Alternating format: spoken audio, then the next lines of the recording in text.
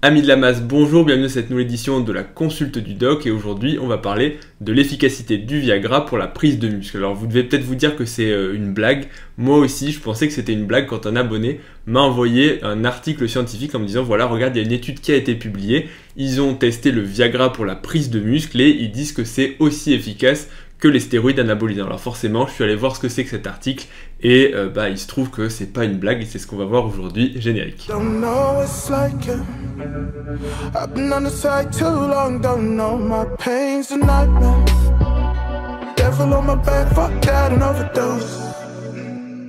Bon, c'est vrai que l'avantage d'avoir une communauté qui grandit, c'est que je reçois de plus en plus de messages. Malheureusement, c'est vrai que j'ai pas le temps de les lire tous, j'ai pas le temps de vous répondre à tous et j'en suis désolé, mais le peu que je réponds, vous me partagez des infos assez intéressantes et c'est vrai que quand cette personne me dit voilà, regarde, le Viagra pourrait permettre de donner plus de muscles que des stéroïdes, forcément, je me suis dit mais qu'est-ce que c'est que ce truc ? C'est n'importe quoi, ou alors c'est un canular. Je pensais que c'était un canular parce que sur les forums, sur internet, les gens sont assez doués pour faire des canulars. Il y avait déjà eu des trucs un peu comme ça sur le Covid, notamment les stéroïdes anabolisants, pour le coup, pas les corticostéroïdes, pour le Covid, et bon bref, on retrouve des choses assez drôles. Donc je suis allé voir cette étude, du coup, par curiosité, en me disant, qu'est-ce que c'est que cette connerie ? Je crois qu'on peut dire le terme. Et en fait, en regardant l'étude, eh bien, il y a véritablement une étude qui a donné du Viagra à des êtres humains. On parle même pas d'études sur des souris ou des animaux un peu bizarres, genre des pangolins. Non, non, vraiment des êtres humains. Un traitement expérimental, testé sur des rats. Mais ça n'a jamais été testé sur des humains? Non, pas encore. On leur a donné du Viagra, on leur a fait faire de la muscu, et on a regardé s'ils prenaient plus de muscles que les gens qui ne prenaient pas de Viagra. Donc, peut-être que le Viagra va marcher. On peut aussi se poser la question de comment les gens se sont poser la question du Viagra pour la prise de muscle. Qui s'est dit, tiens, le Viagra, donc, qui est principalement utilisé pour les troubles de l'érection, donc pour permettre d'avoir des érections plus dures et plus prolongées. À la base, c'est un médicament qui est utilisé pour les personnes qui souffrent de troubles de l'érection, donc pour traiter des problèmes qui existent. Et à quel moment une personne s'est dit, peut-être que ça donne plus de muscles, mais comme on dit, quand il y a quelque chose qui peut marcher pour la prise de muscle, il y a toujours un culturiste qui est toujours pas très loin pour essayer de débusquer l'information en premier. Avant de commencer, il faut rappeler rapidement ce que c'est que le Viagra. Alors le Viagra, c'est un nom déposé, la molécule, la dénomination commune internationale, donc le nom de la molécule véritablement, c'est le sildenafil. Le sildenafil, c'est une molécule qui est bien connue puisqu'elle est très utilisée, c'est un des médicaments les plus utilisés dans le monde parce que, je vous fais pas un dessin, beaucoup de personnes utilisent du Viagra parce que, oui, le sexe et l'activité sexuelle, notamment les troubles de l'érection, ce sont des choses qui sont de plus en plus fréquentes, notamment avec l'âge, quand on vieillit, et avec les nombreuses maladies, le diabète, l'hypertension artérielle, tout ça, ça peut donner des troubles de l'érection. Et les gens ont quand même des besoins, ont quand même du désir, et donc ils utilisent ce genre de produit. Donc c'est un médicament qui est très étudié. Comment est-ce qu'il marche ? Eh bien, il marche tout simplement en inhibant, ça veut dire en atténuant l'efficacité d'une enzyme qui s'appelle la phosphodiesterase 5. C'est pas très intéressant de le retenir. La phosphodiesterase 5, donc c'est une molécule qui va grossièrement dégrader le GMP cyclique. Et quand on va inhiber, donc atténuer l'efficacité de cette phosphodiesterase 5, eh bien le GMP cyclique va s'accumuler dans les cellules et il a notamment une action pour potentialiser l'activité du monoxyde d'azote. Donc le monoxyde d'azote, c'est le fameux NO. On en entend pas mal parler en musculation puisque peut-être que les gens qui prennent certains boosters, les boosters de NO, les boosters qui favorisent la congestion, vous connaissez. Donc ce NO, ce monoxyde d'azote, il a un effet sur les vaisseaux sanguins principalement puisqu'il va induire une vasodilatation, un relâchement des muscles au niveau des parois artérielles et donc des vaisseaux sanguins en général pour favoriser donc leur dilatation. Si les vaisseaux sont dilatés, les artères, les veines, ils vont être congestionnés, donc gorgés de sang. Et donc ça va permettre bien évidemment au niveau de ce qu'on appelle les corps caverneux, au niveau du pénis, d'avoir un afflux de sang, de se relâcher. Et donc en gros, s'il y a un afflux de sang, les réserves de sang sont remplies et donc le pénis rentre en érection.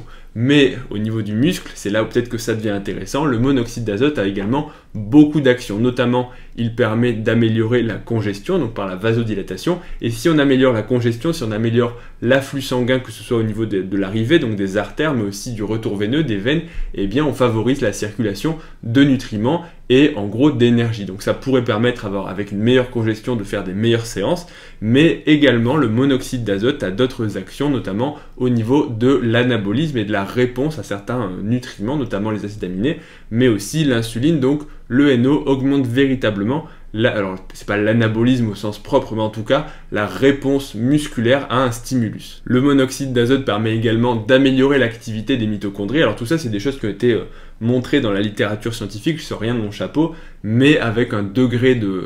Enfin, on va dire que ça a été montré de façon certaine, mais ensuite, c'est pas parce que ça augmente l'anabolisme que ça augmente l'anabolisme de façon exceptionnelle. C'est ça qu'il va falloir différencier ensuite, parce que, en gros, au microscope, plus on va chercher profond dans la cellule, et plus on peut trouver beaucoup de choses. Mais est-ce que ce sont des choses qui vont se refléter au niveau ce qu'on appelle macroscopique? En gros, c'est pas parce que dans ma cellule il se passe des choses que mon muscle va devenir plus gros. Vous voyez l'idée. Petite digression. Et enfin, donc en plus d'augmenter l'activité des mitochondries, donc les mitochondries ce sont en gros les centrales nucléaires, les producteurs d'énergie des cellules. Donc ça augmente l'utilisation de l'énergie des cellules et donc potentiellement ça pourrait augmenter l'endurance. Et enfin, la dernière chose, c'est que ça améliorerait la récupération nerveuse. Donc une fois qu'on a dit ça, eh bien on peut se dire, peut-être, une fois qu'on a dit ça, le Viagra, donc le sildenafil, pourrait permettre d'augmenter l'hypertrophie, la prise de muscle, et donc d'être utile en musculation. Alors les mecs, à la base, je vous le dis quand même, n'ont pas fait l'étude pour la musculation, mais principalement en se disant, peut-être que ça pourrait permettre pour les personnes qui commencent à avoir une perte de muscle, notamment les personnes âgées, et potentiellement ceux qui sont amenés en général un peu plus que les jeunes, à prendre ce genre de molécules, donc du Viagra, à avoir plus de muscles et donc en gros éviter la vieillesse, ou en tout cas, on l'évite pas mais on la retarde le plus possible. Donc ils se sont dit, on va faire une étude et on va donner du Viagra à des personnes et on va comparer à un placebo. Donc un placebo, c'est en gros on te dit tu prends du Viagra, mais en fait le comprimé que tu as avalé, c'est pas du Viagra, c'est de l'eau et du sucre et tu t'en rends pas compte, et dans ta tête tu te dis ouais, je prends une molécule super puissante et donc je vais prendre du muscle. Ça permet de diminuer l'effet placebo et donc ça permet de minimiser en gros la confusion.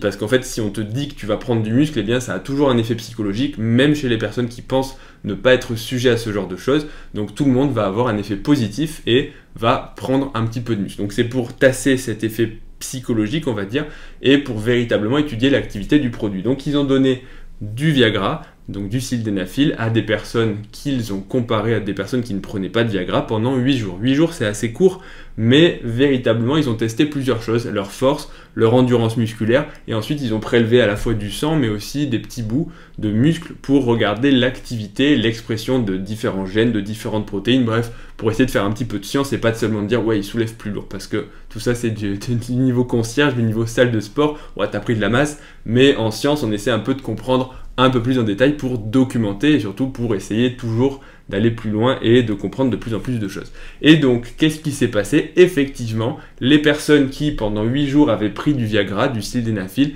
ont eu une force qui s'est améliorée, une synthèse de protéines au niveau du muscle, donc un anabolisme accru et une meilleure récupération. Donc effectivement, les gens qui ont pris du Viagra pendant 8 jours ont eu de meilleurs résultats et une prise de muscle plus importante. Et donc là, je me dis, effectivement, par le biais du monoxyde d'azote, le NO, on a pu booster l'anabolisme chez ces personnes. Et effectivement, c'est marqué noir sur blanc dans la conclusion de l'étude que les résultats en termes de synthèse protéique, quand ils sont allés regarder l'expression des gènes et des protéines dans la cellule, eh bien, elle était augmentée autant que la prise de stéroïdes, notamment, ils disent, je crois, 100 ou 200 mg de testostérone. Alors, on n'est pas à des doses de culturiste pro, mais quand même, c'est vrai que quand tu lis ce genre de déclaration, tu peux te dire, effectivement, c'est pas mal.